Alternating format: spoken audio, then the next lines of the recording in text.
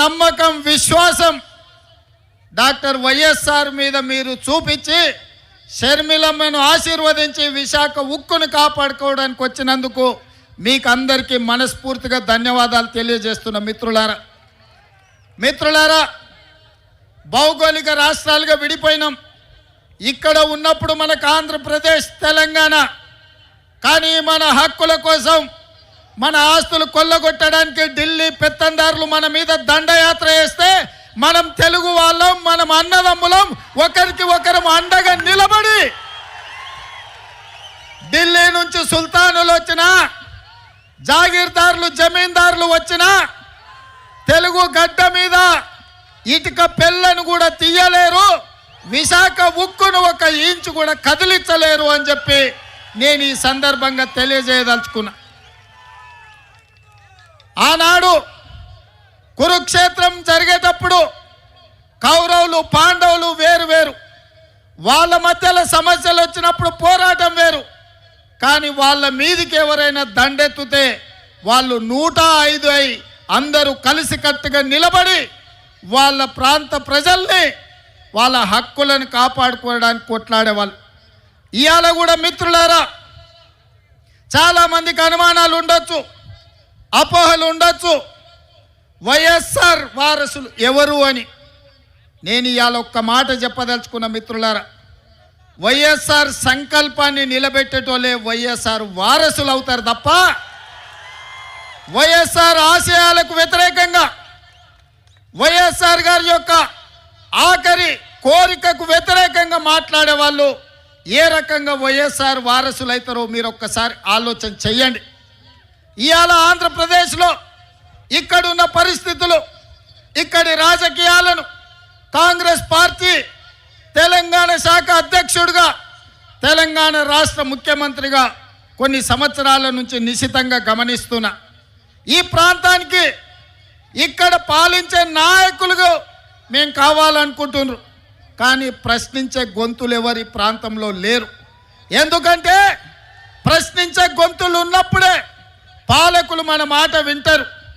ఢిల్లీలో ఉన్న మోడీ ఇవాళ ఈ ప్రాంతం మీద ఆధిపత్యం చెలాయించాలనుకుంటున్నాడంటే ఈ ప్రాంతం నుంచి మోడీని ప్రశ్నించే వాళ్ళు లేకపోవడం వల్లనే ఇవాళ మీ హక్కుల గురించి ఎవరు మాట్లాడతలేరు. 10 ఏళ్ళైనా మీ పోలవరం పూర్తి కాలే, 10 ఏళ్ళైనా ఆంధ్రప్రదేశ్కు రాజధాని ఎక్కడంటే ఎక్కడుందో చెప్పలేని పరిస్థితి ఇవాళ ఆంధ్రప్రదేశ్కు దాపురించింది. ఇవాళ ఈ ప్రాంతంలో ఈ ఆంధ్రప్రదేశ్ యొక్క ఆత్మ గౌరవాన్ని ఢిల్లీలో తాకట్టు పెట్టిండ్రు. ఆనాడు ఈ తెలుగు రాజకీయాల నుంచి, ఈ తెలుగు నేల నుంచి నీలం సంజీవారెడ్డి గారు కావచ్చు, పివి నరసింహారావు గారు కావచ్చు, ఆ తర్వాతి తరంలో మనకు ఎన్టీఆర్ కావచ్చు, డాక్టర్ వైఎస్ఆర్ కావచ్చు, ఆ తర్వాత జైపాల్ రెడ్డి గారు కావచ్చు, వెంకయ్య నాయుడు గారు కావచ్చు, ఈ ప్రాంతం నుంచి తెలుగు రాష్ట్రాల నుంచి తెలంగాణ ఆంధ్రప్రదేశ్ ప్రాంతాల నుంచి గల్లీ నుంచి ఢిల్లీ వరకు మన ఖ్యాతిని పెంచి ఈ ప్రాంత సమస్యల మీద కేంద్ర ప్రభుత్వాల నుంచి వాళ్ళు సాధించిన వాళ్ళు, దేశ రాజకీయాలను శాసించిన వాళ్ళు. నేను ఇవాళ అడుగుతున్న మిత్రులారా, అటు తెలంగాణ అయినా ఇటు ఆంధ్రప్రదేశ్ అయినా ఢిల్లీకి వెళ్ళి వంగొంగి నమస్కారాలు పెట్టే నాయకులే ఉన్నారు తప్ప ఢిల్లీని అడిగి మనకు కావాల్సిన సాధించే నాయకత్వమే ఇవాళ లేదు. మీరు ఒక్కసారి ఆలోచన చేయండి.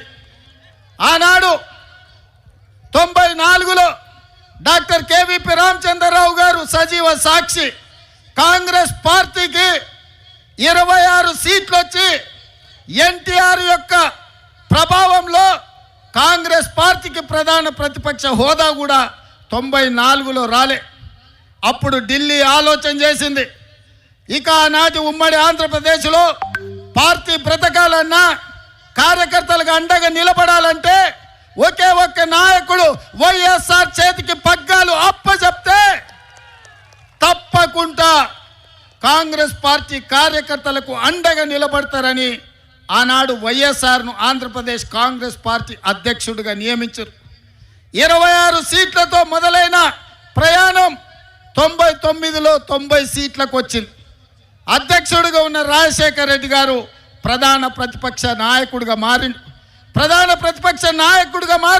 ప్రజల తరఫున ప్రశ్నించే గొంతుకై ఆనాటి ప్రభుత్వాల మీద పోరాటం చేసి ప్రజల తరఫున నిలబడి చేవెళ్ళ నుంచి ఇచ్చాపురం వరకు ఎర్రటెండలో వారు పాదయాత్ర చేసి వారి కాళ్ళకు బొగ్గలై అవి పగిలిన ముక్కవోని దీక్షతో ఎర్రటెండల్లో 105 డిగ్రీల జ్వరం వచ్చిన ప్రజల కోసం పాదయాత్ర చేసిండు.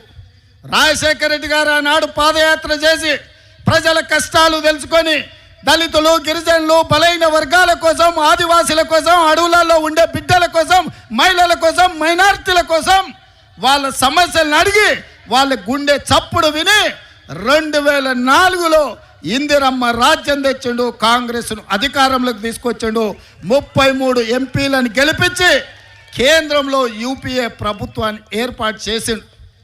ఆనాడు కేంద్రంలో ప్రభుత్వం ఏర్పడ్డదంటే, ఆంధ్రప్రదేశ్లో అధికారంలోకి కాంగ్రెస్ వచ్చింది అంటే రాజశేఖర రెడ్డి గారు ముక్కవోని దీక్షతోటి ఆనాడు పోరాటం చేసిండు. ఆ పోరాటంలో కూడా కమ్యూనిస్టులు కలిసి వచ్చిండ్రు. సిపిఐ, సిపిఎం కూడా ఆనాడు డాక్టర్ వైఎస్ఆర్తో కలిసి పేద ప్రజల కోసం ఎర్ర జెండా ఎత్తిండ్రు. ఎర్ర జెండా కూడా ఆనాడు కాంగ్రెస్తో కలిసింది. ఆ విధంగా పాదయాత్ర చేసి ప్రజల యొక్క ఆలోచన తెలుసుకొని, అందుకే రాజశేఖర రెడ్డి గారు రైతులకు మొట్టమొదటి సంతకం ఎల్బీ స్టేడియంలో అధికారంలోకి వచ్చిన రోజు ఉచిత కరెంటునిచ్చి రైతులను ఆదుకోవాలి, రైతుల మీద ఉన్న అక్రమ కేసులు తొలగించాలి, రైతుల మీద ఉన్న భారం ఏదైతే కరెంటు బిల్లులు ఉన్నాయో 1200 కోట్ల రూపాయలు ఒక్క కలం పోటుతోని రద్దు చేసి రైతులను ఆదుకున్నాడు. రైతులను వ్యవసాయం దండుగ కాదు, వ్యవసాయం పండుగ అని ఆ ఉచిత కరెంటు ద్వారా వైఎస్ఆర్